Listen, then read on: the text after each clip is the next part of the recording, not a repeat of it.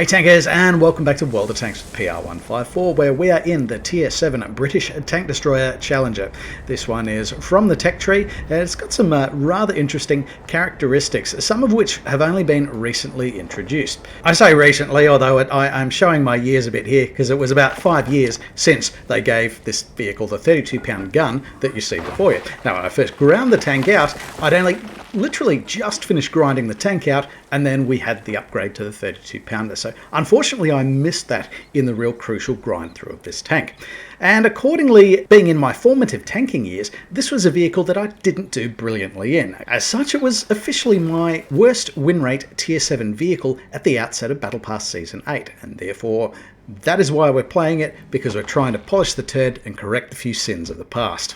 When we put the turreted tank destroyers of Tier 7 side by side, you'd notice a distinct difference in their alpha output. In particular, the 17-pound Challenger hits for 150 hit points, whereas all its contemporaries to the right are all hitting for about 240 hit points, because they're at 88 90mm platform. Having said that, with the higher rate of fire, they're doing about 20% more damage per minute with Challenger. The shots are also landing more accurately and with a faster aim time. The disadvantage, however, is that you need to land more hits in order to achieve the same result. That means more opportunities to get exposed by the enemy team while you're firing, and more opportunities for the enemy to get return fire in turn. And so with camouflage values like this, you are somewhat forced to play from the back.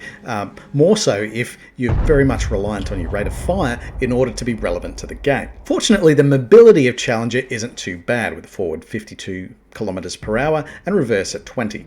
That does allow it to fire and get out of trouble by reversing. Decent power to weight ratio and forward mobility also allows Challenger to keep up should their rearguard success bear fruit and the battle starts to run away. But if you're fighting at intermediate ranges like this, well, you kind of have to assume that you're spotted after taking every shot, and that's really not conducive to holding position in a vehicle that doesn't have a great camo profile, plinking away to try to maximize your damage per minute. And that is where the 32-pound gun comes in that was introduced about 5 years ago. With this gun, we hit for 280 hit points of alpha, although there were sacrifices.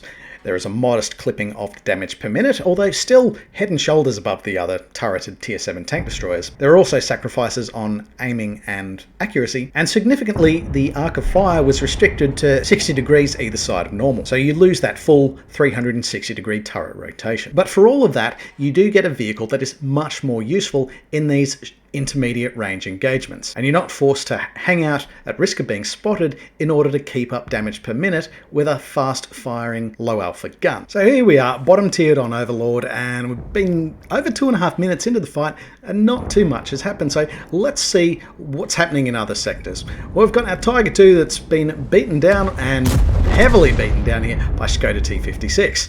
Curiosity might also be getting the better of this cat, with the Tiger 1 also pushing forward, having a peek over a ridge without any other support, and off with his head.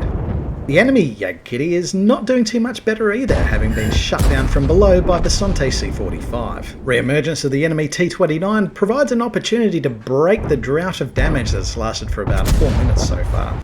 Speaking of T29s, ours has gone beach and has joined the Basante C45 to wear down the T34-1 and send them packing. As the enemy team attempts to probe our right flank, the Borrasca emerges and finds itself the subject of an absolutely withering crossfire, dying to the Panther.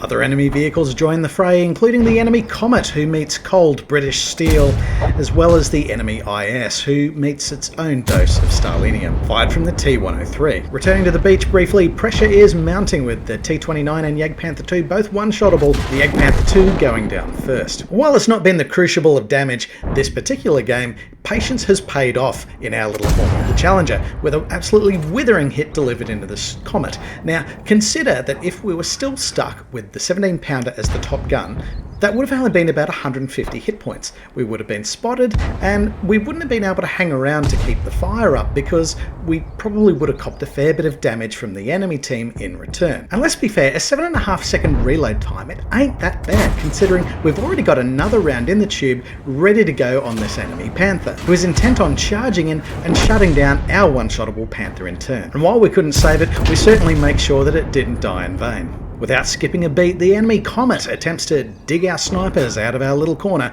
but back to the garage it goes as well. Looking to other flanks, the enemy Skoda T56 continues to punish silly pokes, shutting down IS-2M.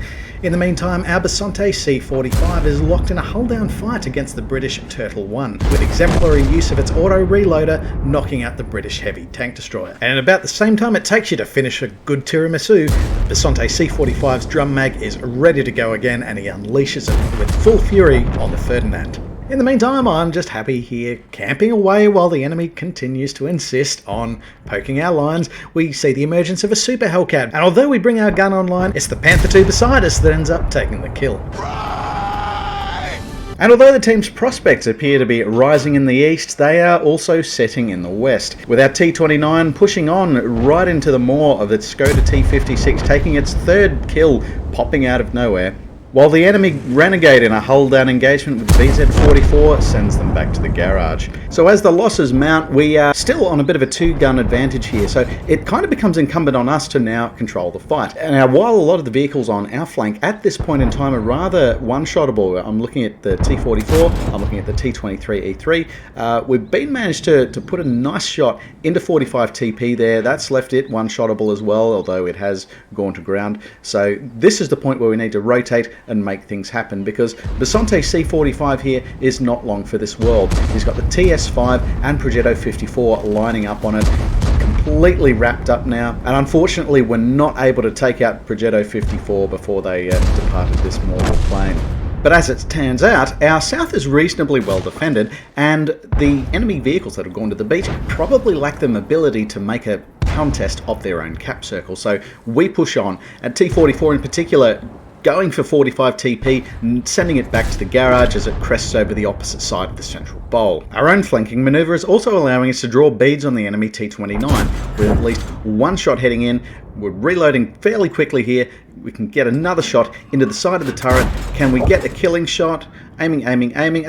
Renegade intervenes, but we'll stay on target and we'll knock out the T-29 for our third kill of the game. There's a smell of blood in the air, however, as Renegade goes for our one-shottable T-44, 94 hit points, sends it back to the garage instantly, turns to face. Now, it's been subject to a withering hail of fire, including from yours truly. In fact, they've been set on fire. They're left on just 6 hit points, but they're bouncing a lot of incoming fire regardless. Skoda T-56 takes its 4th kill of the game, but we follow up in short order on the Renegade with a lucky shot just under the barrel. We're now holding onto a 2-tank advantage and appear to be more or less in control of this sector. However, the enemy Skoda T-56 is still surviving, and we do have a lot of low hit point vehicles. Now, Skoda T-56, of course, it has this fantastic 460 hit point alpha, and it's got 2 shots that it can let out in pretty quick succession. That's more than enough to deal with T-23E3, or alternatively knock out yours truly in a single clip. Accordingly, our T-23E3 takes a wider flank. They want to try to light up the Skoda T-56 so we can deliver a bit of flanking fire into it, try to play the longer game here. Like, for example, if we were to go to cap, well, that would just signal to the Skoda T-56, hey, this vehicle's on cap, and of course it could possibly poke up from that C corridor, fight from the middle ground, and start to garages. So that is certainly not a desirable outcome there.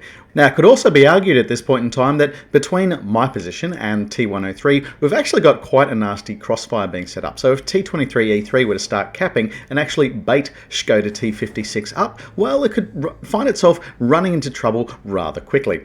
Speaking of running into trouble, the enemy TS5 and Progetto 54 are now pushing up on our T-28 prototype at the cap circle. Fortunately, they have Panther II, which is providing a bit of cover for them, but it does motivate us to start to move forward and try to engage this Skoda T-56. We haven't found it, and we could be looking pretty silly if it ends up taking the cap.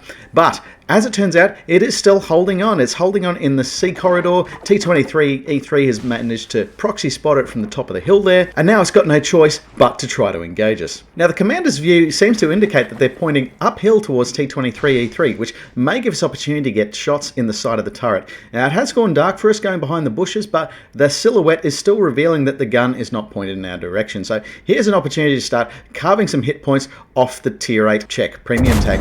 Shot to the cupola puts us on much more even ground. We're 2-shottable for it, it's 2-shottable for us.